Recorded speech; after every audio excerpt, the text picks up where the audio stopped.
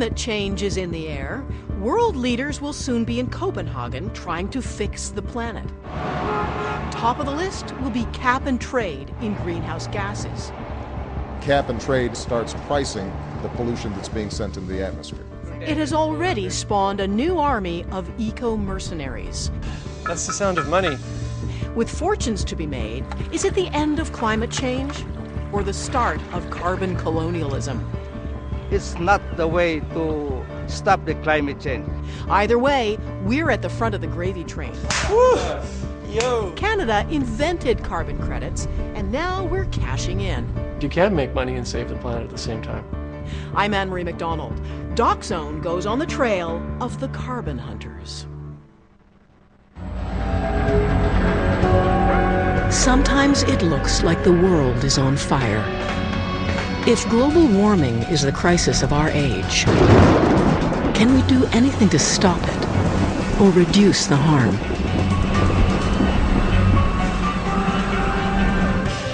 Some industries have installed new technologies to scrub smokestack emissions.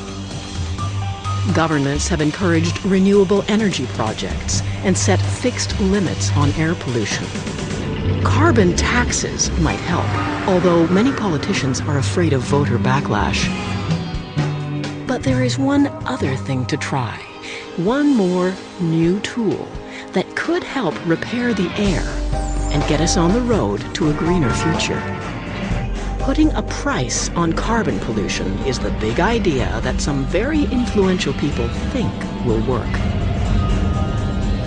I think cap and trade is the best way, from my perspective, to achieve some of those gains, because what it does is it starts pricing the pollution that's being sent into the atmosphere.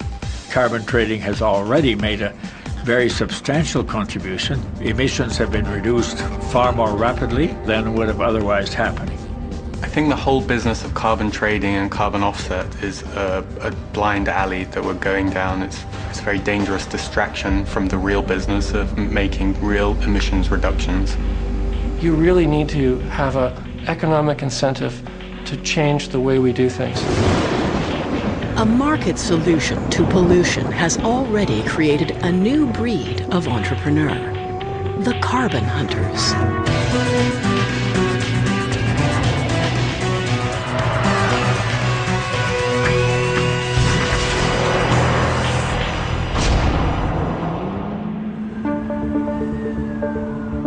You can find them in India, the Canadian prairies, in the Philippines. Carbon hunters are searching all over the planet for carbon credits, this new market mechanism that pays people to keep carbon out of the air. A carbon hunter finds projects where there's something beneficial happening to the atmosphere, where you're actually cleaning up the atmosphere. So you're reversing the tide of all the pollution we're putting in the air from cars and industry. But parts of the carbon market are a voluntary, completely unregulated buyer beware zone. Critics say it's all smoke and mirrors, that it will not stop pollution. Kevin Smith, an environmental watchdog based in London, is the author of The Carbon Neutral Myth. The voluntary market has essentially created a fictitious commodity to sell to gullible consumers to make themselves feel better about themselves. If people can't just stop driving, if there has to be some other quicker way to clean up the air, then maybe putting a price on pollution would be a first step. Here's how it's supposed to work. Let's say two factories are polluting equally, and the government sets a limit, a cap. Factory A installs new equipment, reduces their pollution, and gets a carbon credit for doing more than their share. Factory B has no technological fix, so they keep polluting beyond the capped limit and get taxed. To reduce their tax, they can buy the carbon credit created by Factory A. In theory, this reduces the overall amount of carbon in the air. Take Canada's tar sands project as an example. So far, nobody has come up with an affordable technology to reduce this giant carbon footprint. So right now, it makes financial sense to buy carbon credits until new technology can solve the pollution problem. In this case, it may not be another factory, but a nearby wheat field in Alberta's own backyard. When farmers till their soil, they release greenhouse gases from rotting vegetation. But if they use newer technology, a seed drill instead of a plow, if they plant crops without actually tilling the soil, they keep the gases underground and out of the air. For doing this, the farmer earns a carbon credit, which he can sell, like wheat or corn or pork bellies, on a commodities exchange. And like any optimistic entrepreneur, the farmer hopes the market price of carbon will only go up from here. Give you a card. A carbon hunter like Sean Burns of Vancouver packages the deal for the farmers who have credits to sell. Carbon hunters are looking for situations where they can represent or have 10,000 farmers through one opportunity, or 100,000 people through one opportunity. It's not easy to create a carbon credit. You've got to hunt it down. You've got to work with people like yourselves. So we can... It's a brand new field. There's very little sort of past experience. You're actually coming up with new science, new rules, new regulations. In Alberta, which has established North America's first government-run carbon market, government scientists test samples of dirt to measure how much carbon has been retained in the soil by a farmer not tilling his field. We generated about 1.5 million tons of carbon credits, and 60% of those were generated through actions farmers took on their fields to reduce greenhouse gases and store the carbon in the soil. Let's calculate the soil organic carbon. Then we're going to calculate... Once they've calculated how much greenhouse gas the farmer has trapped and kept out of the atmosphere, they issue what's called a carbon credit. 1 metric ton of carbon dioxide kept out of the air for 1 year equals 1 carbon credit. I want to take you guys with me. Go to Jucaí Beach. You want to go in? You want to go to Brazil? So how does a guy like Sean Burns figure out what a carbon credit is worth in the marketplace? Well, for him, it took an MBA from Cornell University, a personal interest in the environment, and a wife who's willing to take a risk. She thought I was crazy. Because it really means, quitting your day job and going back to school to get involved and have a startup company in a brand new industry that no one knows anything about. You could show the whole process on one diagram. If he gets the math right, if he hits the market with the right deal at the right time, he and his partners could make millions of dollars. The hard part is convincing new clients, like the farmers, that the price is right and now's the time to go to market.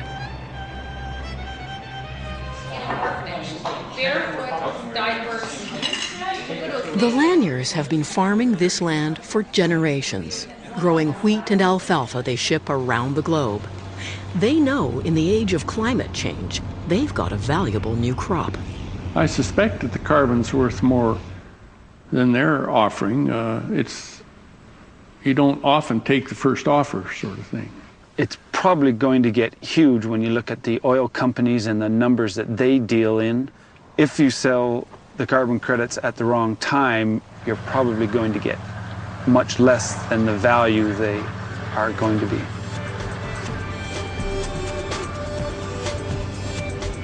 Here's the basic math.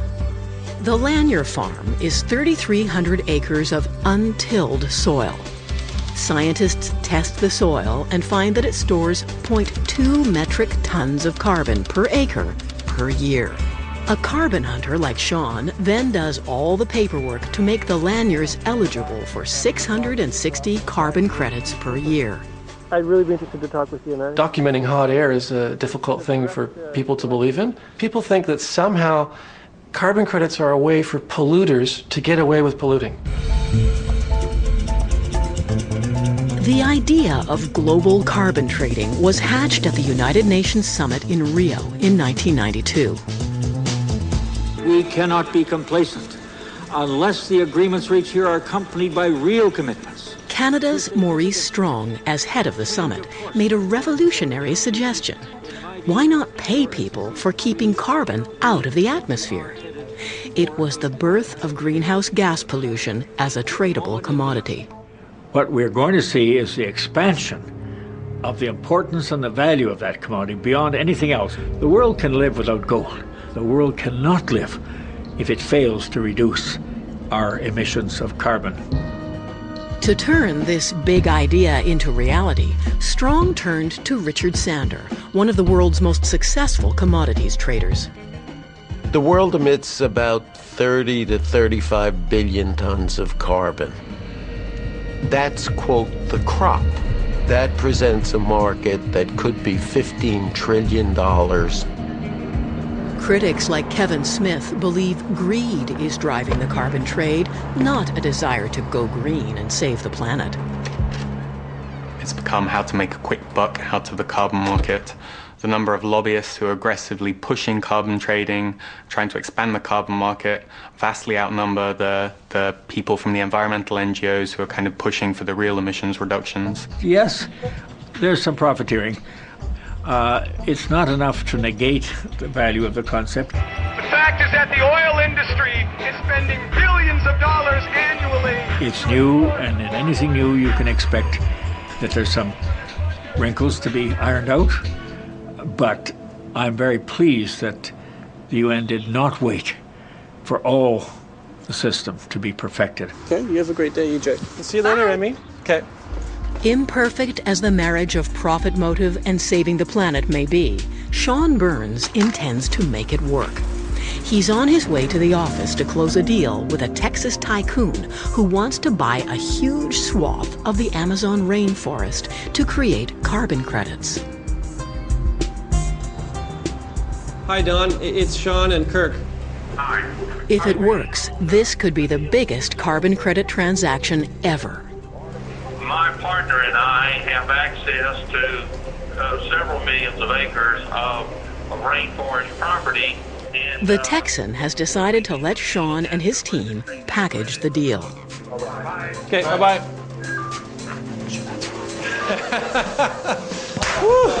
Yo, that's gonna float the ship. Whew. If it goes through, this deal is potentially worth billions of dollars.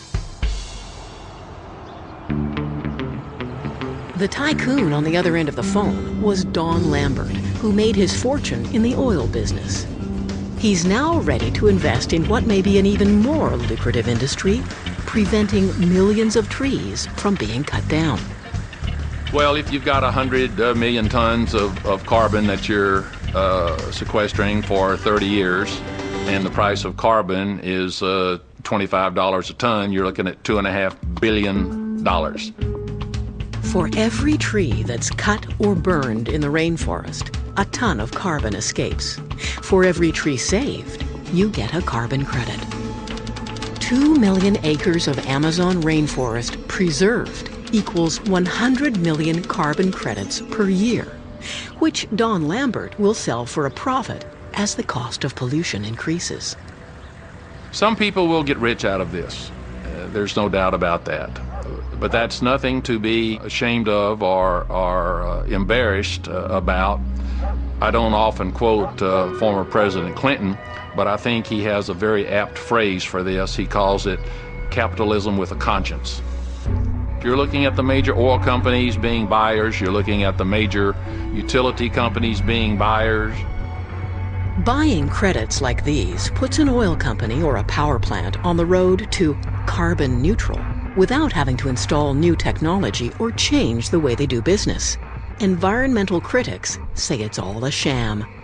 Companies that are responsible for very unsustainable practices can give money to an offset company and buy the carbon neutral status that's essentially greenwash. It's giving them an environmental credibility that they just don't deserve.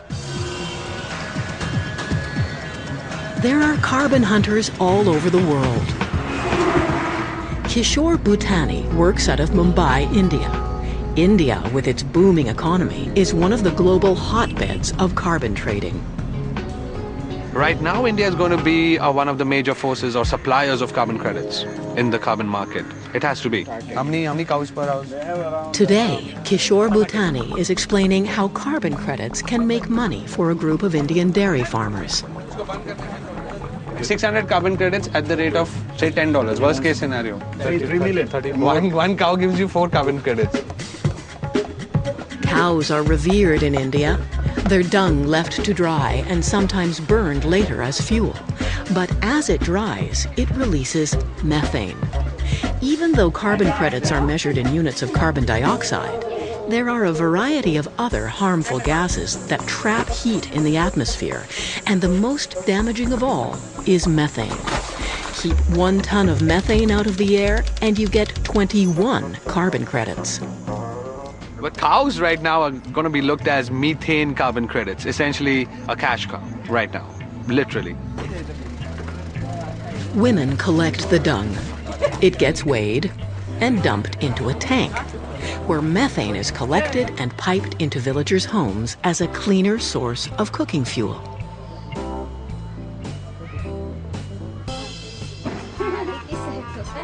Burn the methane and you release CO2, which is not ideal, but CO2 is 22 times less harmful to the atmosphere than methane, so you still get lots of credits.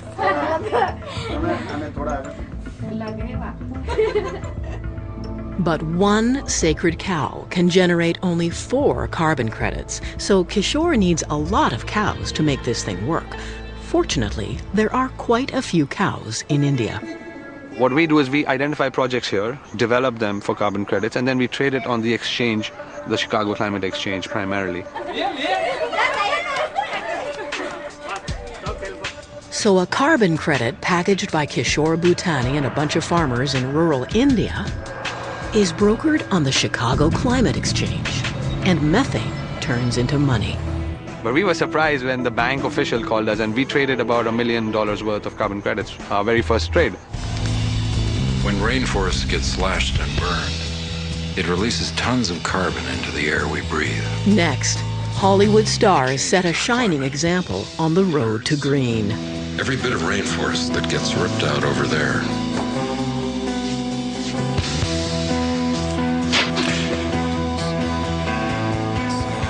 really hurts us over here.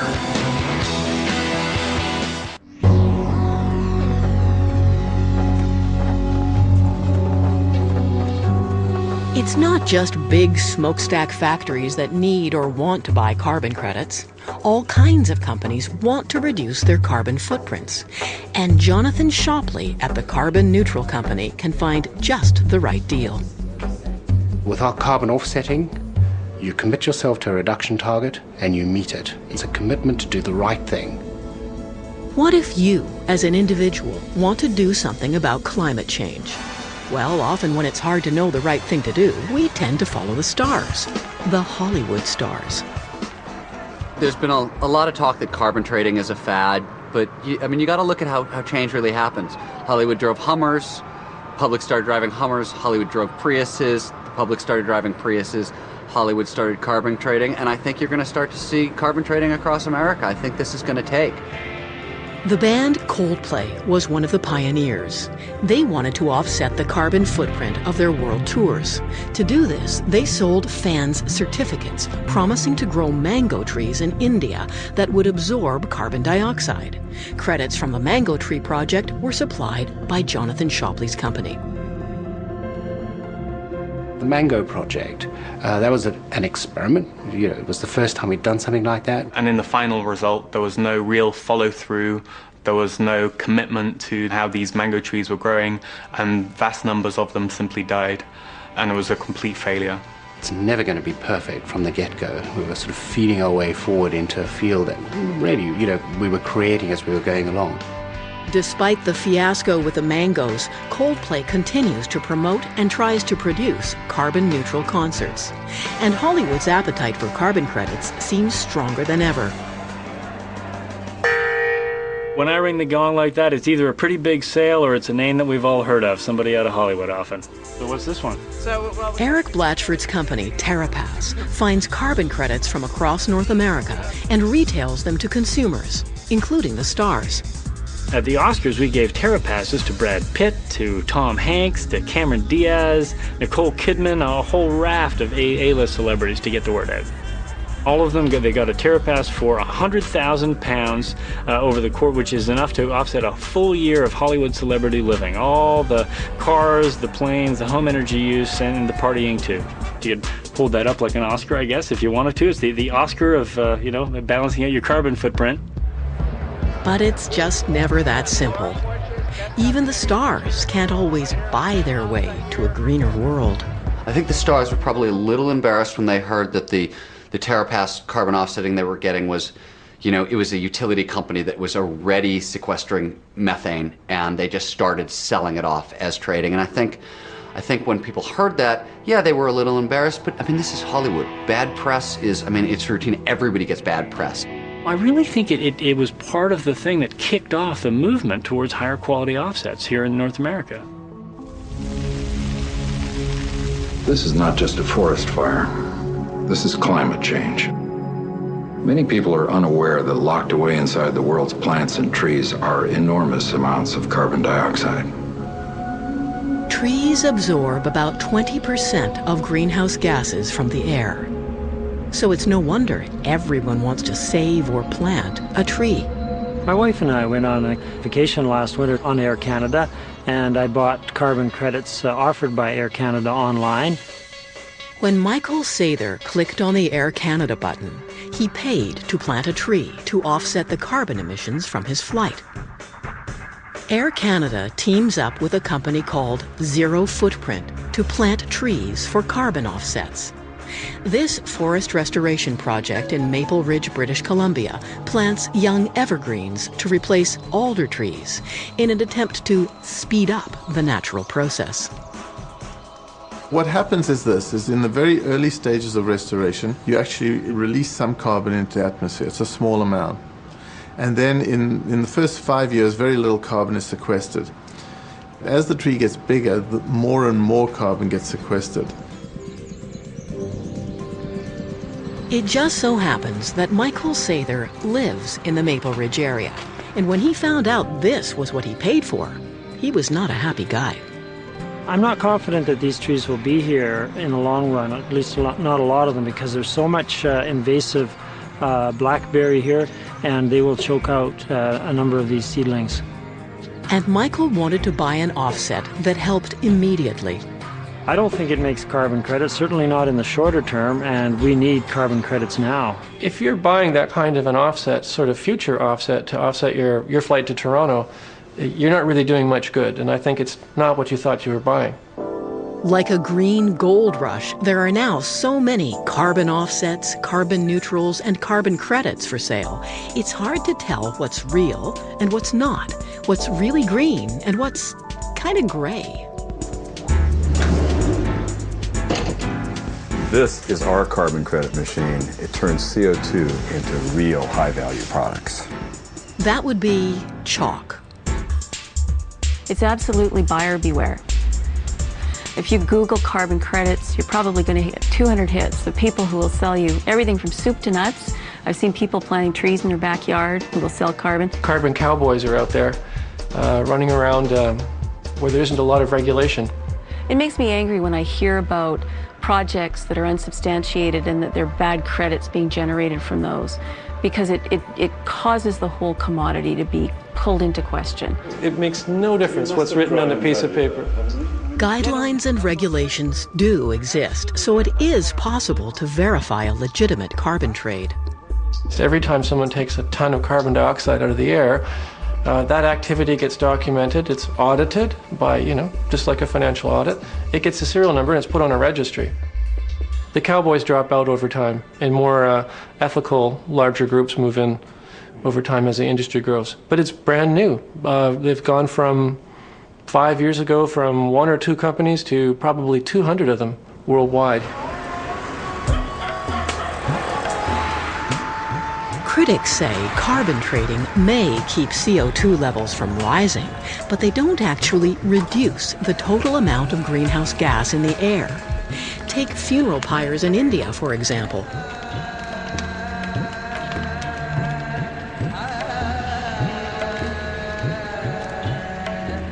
This is the Gomti River, a tributary of the sacred Ganges.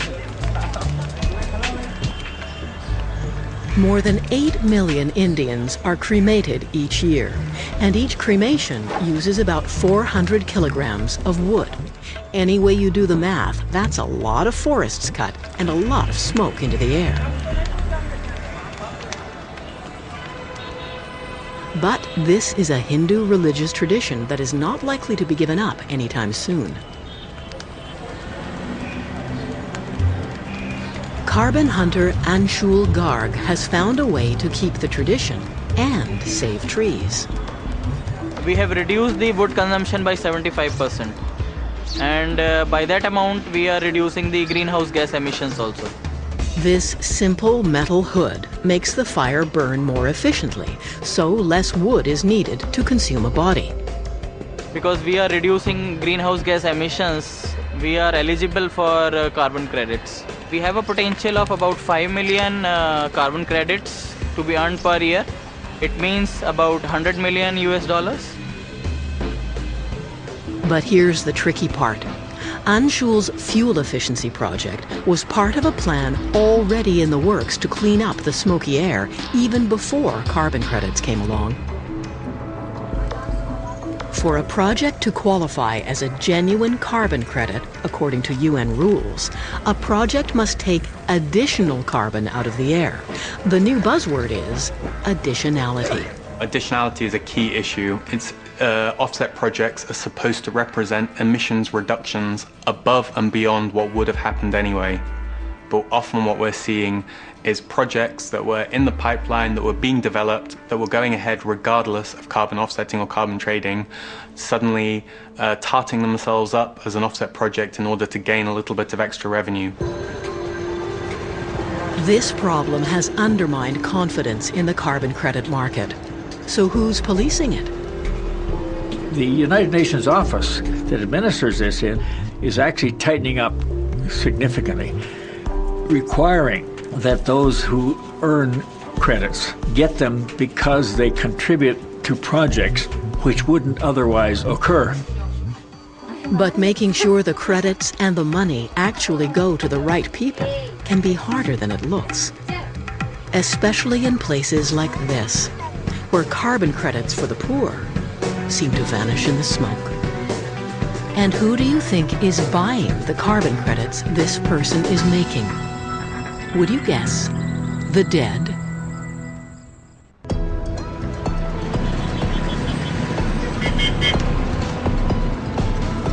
Carbon hunter Sean Burns has landed in the Philippines. Can you take me to Batangas? To check out one of Asia's biggest carbon credit projects. I see a tremendous opportunity. I see a chance to potentially put more money into communities like this that really could use more funding for schools, and sanitation, and food.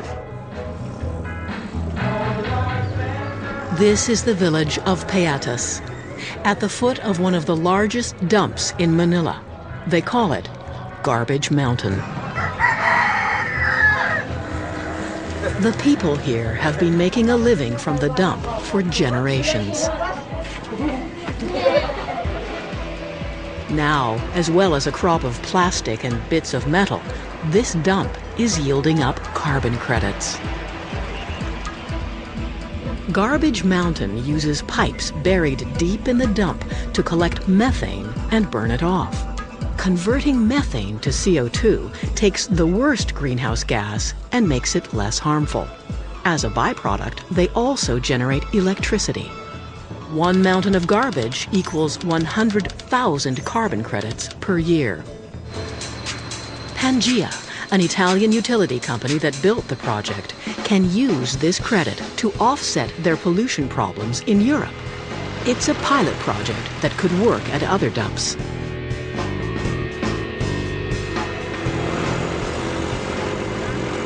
Which is why Sean Burns has come to Manila to meet with businessman Simon Paz. You look like Tom Cruise, far away. Simon trucks garbage to dumps across the Philippines and wants Sean's help to harvest potential carbon credits at some of the other sites. What I'm planning is when I get this carbon credit, I'm going to use it for my future development to put up another site for landfill in the Philippines. Today, they're checking out the new system at Garbage Mountain. That's the sound of money, because if there's 100,000 tons coming from this site, probably net to the operator, that's $1 million a year, $1 to $1.5 million a year dollars. I think carbon credit will be a big help for the people. The man who runs the mountain and administers the carbon credit money is Colonel Roberto Gemalin. His mayor told me that this is for the benefit of our people in Payatas. So this will support the sustainable projects in Payatas. Now at my back, you see a newly constructed bridge connecting two barangays. Barangays are villages, and the bridge doesn't exactly connect them. Seems the on-ramps were never built. But there were other promises made to the local villagers. And then there are 2 schools and 1 big health center, and that is already funded out of the 7 million that we have here in Payatas. Whatever the promises, the people living in these muddy streets at the base of Garbage Mountain haven't seen much improvement. Pastor June Carlos runs the church in this village. I don't think so that God wants people to live like this. I think the money should go from carbon credits. It should go to the people that surrounds the dump site, to the people who depend on their living on the dump site.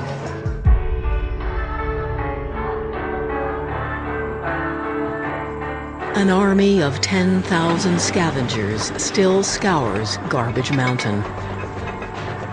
They take shifts day and night. They make only pennies a day.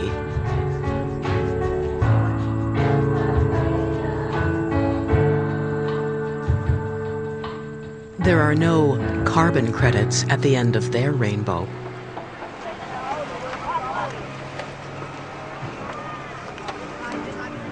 Hindi ko alam yun eh. Carbon credit na yun. Hindi ko alam.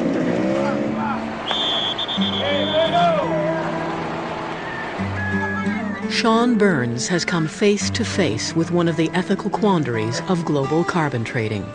Carbon profits don't always flow to the people at the bottom of the heap. The answer, says Sean, is stronger regulation and enforcement. I think now carbon can provide a lot more to put money into the communities and get people out of harm's way. Sure, a little piece of me cries when I see this. This village is full of kids. Look how many kids there are around here. They're all under the age of 10. People who live in the shadow of Garbage Mountain may not know much about carbon credits. But the farmers of Lucknow, India, clearly do. People here make less than $1 a day from their crops. But now they're also making carbon credits. Carbon credit बहुत अच्छी चीज है. These farmers used to pay exorbitant fees to rent diesel water pumps to irrigate their fields. Now, Pawan Singh's project allows farmers to buy less expensive bamboo treadles instead. It's a popular program. It has changed the life of a lot of people in India. In fact, if you look at it, there are more than 650,000 treadle pumps installed in eastern India. It reduces global warming because there's less emission of carbon dioxide. One villager on a water treadle for 1 year can earn half of a carbon credit. Who buys credits like these?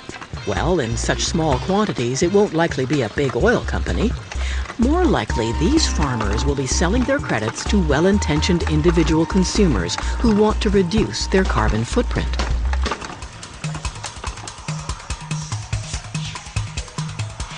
Halfway round the world in London, treadle credits are used by people like Mary Tomes. She sells colorful coffins and cremation services. It was just merely something that we did that we thought would be helpful to the world, really. When the dead are cremated, they release CO2. Mary Tomes offers the bereaved a chance to offset their loved one's last carbon footprint. Last year we offset something around 215 tonnes. This year we're going to offset 250 tonnes of emissions. Mary gets her credits from a carbon offset company that buys from these farmers in India. To offset one cremation would take a villager 6 months of treadling. Hard labor, some would say, for the peace of mind of a British consumer. We see that essentially as being a form of carbon colonialism. You're treating the emissions reductions as a new commodity that can be extracted and profitably used for the benefit of northern countries and consumers. No, we're paying others, okay, in the same way we pay others to take our garbage to the dump. Ethics aside, treadling won't pull much carbon out of the air. When we return, large-scale carbon removal schemes may be more attractive to the carbon market. We are talking about planetary scale intervention to solve a planetary scale problem. But what are the environmental consequences? Putting fertilizer on the ocean is a crazy idea.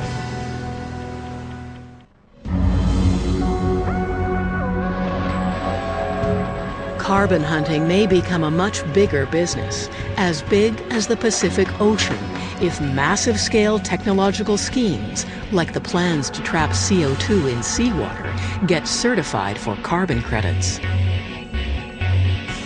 Scientists have gathered in San Francisco to talk about geoengineering.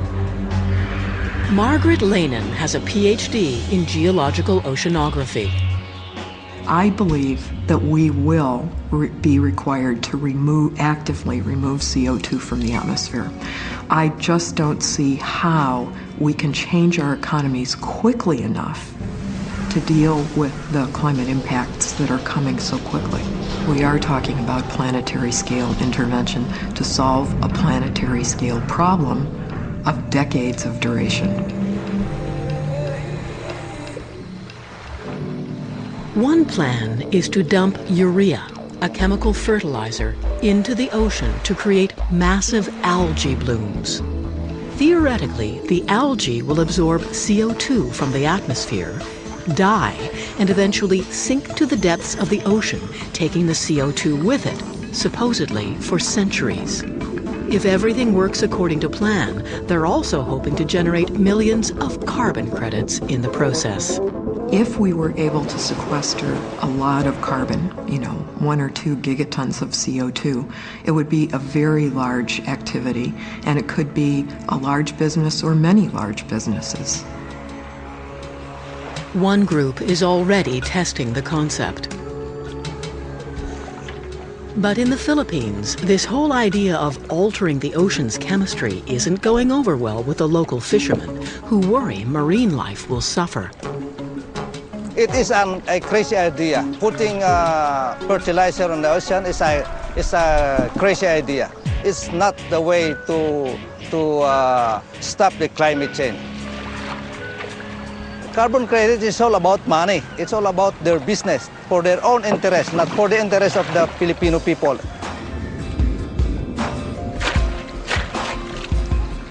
We don't want any harmful object or whatsoever to put in our ocean. If they really want to stop climate change, they should not put urea on the ocean. They should stop those gas emissions.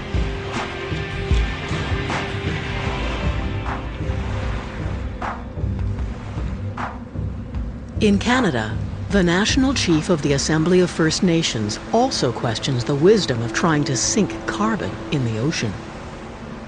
Geoengineering sounds very dangerous. For us to be altering how the natural ecosystem works, we should be returning the ecosystem to its natural balance by changing our behaviors and not further trying to manipulate Mother Earth. Atleo, also hereditary chief of a Hausut First Nation, has been drawn into the climate change debate because the Shell Oil Company recently paid him a visit. I was really surprised, really taken aback when one of the biggest oil companies in the world sent a rep out to sit down with me to talk to our people about setting aside a portion of our forestry here. Shell had a proposal. If the Ahousaht people would agree not to log a certain portion of the forest here, Shell would buy the resulting carbon credits to help offset their work in the tar sands. The Ahousaht band could benefit greatly. I think it's possible that there are billions of dollars of carbon credits here in Canada. Everything that has to do with the land, the sea, the air has always belonged to our people. And so the carbon needs to belong to the people who've been here. We've been here for thousands of years. So far, Chief Atleo has not signed any deals. Like the farmers in Alberta, he doesn't want to sell too soon for too little. Feels a little bit like a gold rush. Right now, there's a big panic, and markets are opening up. So there's going to be cap and trade. It's early days yet, but the big players in the game, like Texas oilman Don Lambert, are poised to make a fortune. Well, I mean, just the math, $150 million is a big check for somebody to write. Yeah. I think it's possible you could see carbon hunting as the new American dream, yes. Lambert has chased the dream all the way to the Amazon, where he is one step closer to buying that huge parcel of trees.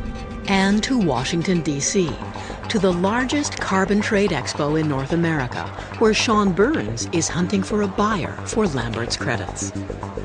Wall Street geared up for this. Deutsche Bank is involved. Merrill Lynch is involved. All those banks are involved in carbon hunting. They're involved in the hunt, they're involved in the financing, they're involved in the acquisition. It's been a big year. What's really happening now is the whole North American carbon market is coming together. Still, not everyone agrees a free market trade in carbon credits is the solution. There's so many ways in which we need to fundamentally alter our societies and our economies in order to wean ourselves off our fossil fuel dependence. And we need to start looking about how to make those changes here and now rather than paying money to carbon offset companies. But there may not be enough time or even the will to make those fundamental changes. Appealing to the profit motive, using greed to help save the planet, may be unavoidable, at least in the short term. Carbon trading is not the only route. It's an essential element in the solution. It's the most effective one that's actually working at this moment. I think this is the beginning of mechanisms put in place that allow us to drive business into a new area. Rather than just exploiting resources, now we can make money protecting resources. I think you can make money and save the planet at the same time, and I think you should.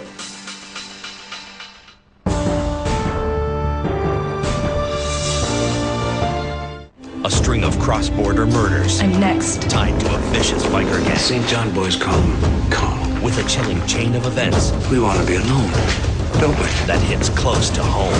The Border, next on CBC. Enter the world of the 9/11 truthers. I do not believe that it was 19 guys with box cutters taking orders from Osama bin Laden in some cave in Afghanistan. 8 years later, why more and more people doubt the official story. The Fifth Estate, Friday at 9 on CBC. Saturday on Hockey Night in Canada. You want hockey? We've got it. The Caps take on the Habs. The Sens battle the Bruins. And the Flames go head-to-head with Columbus. Then, the Canucks play host to the Oilers. It all starts at 6:30 Eastern with Scotiabank Hockey Tonight. He's not your average elf. Boy. He's not your average human either. Santa's coming to town! Starring Will Ferrell and James Caan. We should call security. Elf, Sunday at 8 on CBC Television. An all-new episode of The Border starts now.